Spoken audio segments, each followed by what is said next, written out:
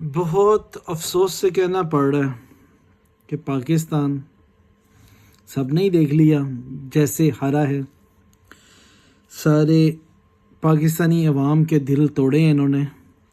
पहले लगातार 2 match New Zealand से और अब चैम्पियन ट्रॉफी का पहला मैच ही न्यूजीलैंड के हाथों शिकस्त से 2-4 होना पड़ा पाकिस्तानी टीम को। उनके भी 3 आउट जो थे 50-60 के रन स्कोर पे आउट 3 हो गए थे। उसके बावजूद उन्होंने एक अच्छा स्कोर बोर्ड पे खड़ा किया। और पाकिस्तान की जब बैटिंग आई है, जब 300 प्लस का टारगेट बोर्ड पे लगा दिया जाता है तो मुश्किल और दुश्वारी तो ज़रूर हो जाती है एक टीम, चाहे वो चैम्पियन टीम ही क्यों ना हो, उसके लिए भी मुश्किल हो जाता है। बहरहाल सर्वाइव करना पड़ता है। उन्होंने भी स्कोर किया, आउट होने के बावजूद भी स्कोर किया और पाकिस्तान के भी आउट हुए। उसके बाद पाकिस्तान के से स्टेबल ही नहीं हुआ गया कि रुक के खेला ही नहीं गया। या बीटिंग करेंगे या फिर बड़े शॉट लगाने की कोशिश करेंगे, जिसके नतीजे में वक्फन फिर विकेटें गिरती ही चली गईं। हालांकि 3 आउट होने के बावजूद बाबर आजम और आगा सुलेमान पे अच्छी खासी एक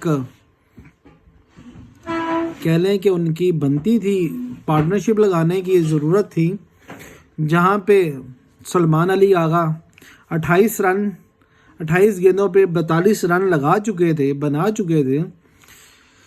तो फिर ऐसा कैच थमा देना, एक अक्लमंद इंसान एक स्कोर कर रहा हो उसे ऐसी शॉट खेलना मुनासिब नहीं है।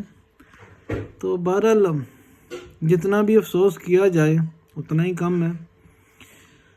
नए तजर्बात करते रहते हैं टीम में, जिसकी वजह से टीम ना आगे की रहती है ना पीछे की रहती है। पहले तो आप देख लें कि ओपनिंग जो करनी थी जिस बंदे ने, उससे करवाई नहीं है। अगर वो अनफिट थे तो फिर उन्हें खिलाना ही नहीं था। बाकी जैसे नीचे आगे किया वो ऊपर आगे भी कर सकता था। आप समझ रहे होंगे मैं किसकी बात कर रहा हूँ। मैं फ़ख्रुज़्ज़मा की बात कर रहा हूँ कि ओपनिंग पे आ जाता तो ज़्यादा बेहतर था। नीचे आगे भी बीटें की हैं, ऊपर आगे उसने स्कोर एक अच्छा खड़ा कर देना था, बोर्ड पे लगा देना था, बाकियों के लिए थोड़ी सी आसानी हो जानी थी। साउथ शकील को भेज के 19 गेंदों पे 6 रन और आउट हो गए। Babar Azam well and good, 50 की उन्होंने। बहरहाल गेंदें उनकी देखी जाएं तो 90 गेंदों पे 50 रन किया उन्होंने। और वहीं पे अगर न्यूजीलैंड की बात की जाए तो उन्होंने आउट होने के बावजूद भी अपनी एवरेज एक अच्छी स्टार्ट जिसे कहते हैं वैसे ही रखा उन्होंने। और यहाँ पाकिस्तान के 1-2 आउट हो जाएं तो फिर बीटें ही शुरू हो जाती हैं। नीचे रिजवान साहब आए हैं, उन्होंने लहदा से गेम खेली है कि स्कोर किसी ने भी नहीं किया और गेंदें बीट करने में हर कोई लगा रहा है। तो बड़े दुख से कहना पड़ रहा है कि पाकिस्तान मैच हारा, बहुत ज़्यादा दुख हुआ। तो पाकिस्तान में एक जो बात है ना, जो ज़्यादा दुख वाली बात है कि पाकिस्तान के अंदर खेल के और पाकिस्तान में ही हार गए। न्यूजीलैंड की टीम न्यूजीलैंड से आई, एक out of the country team Pakistan में खेलने आ रही है। आपको पहले भी वो टी सीरीज़ अपने नाम की उन्होंने। और दूसरा आज जो मैच था, पहले बारी दे के न्यूजीलैंड को उन्होंने साबित किया कि हम अपने ही मुल्क में जैसे खेल रहे हों, कि 2 खिलाड़ी दोनों ही 100 मार गए। और पाकिस्तान का एक बाबर आजम, किंग ऑफ बाबर आजम, सिर्फ वही 50 करता है, उसके अलावा किसी से 50 भी नहीं हुई यार। अफसोस वाली बात है कि होम क्रेडिट कि अपने घर में खेल के भी आप मैच हार जाएं तो फिर दुख वाली बात है यार। यहीं पे इंडिया होता, इंडिया में खेला जाता और इंडिया हारता, ऐसा हो ही नहीं सकता, मुमकिन ही नहीं था। अफसोस। चलें, अब अफसोस करके हम क्या करेंगे।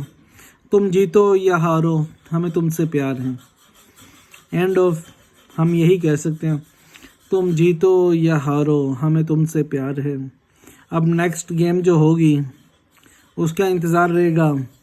अलबत्ता जब खेला जाएगा तब भी ऐसी ही परफॉर्मेंस होगी, हम फिर हारेंगे, हम फिर ये कहेंगे तुम जीतो या हारो, हमें तुमसे प्यार है। और ये प्यार जो है, जब तक इंसान के अंदर सांस में सांस है पाकिस्तानी, वो यही कहेगा कि तुम जीतो या हारो, हमें तुमसे है प्यार। अब जीत भी जाते हैं हम प्यार करते हैं, आप हार भी जाएं तो हम आपसे प्यार करेंगे। तो कुछ इन्हें भी अपने बारे में सोचना चाहिए। इसी पैगाम के साथ मुज़म्मिल को दें इजाज़त और अपना ख्याल रखिएगा। मिलेंगे इंशाल्लाह नेक्स्ट मैच में, जब पाकिस्तान का मैच होगा। फिर बैठेंगे ऐसे ही और देखेंगे क्या बनता है पाकिस्तान का। इसी पैगाम के साथ मुज़म्मिल को दें इजाज़त, अपना ख्याल रखिएगा, दुआ में याद रखिएगा। अल्लाह हाफ़िज़।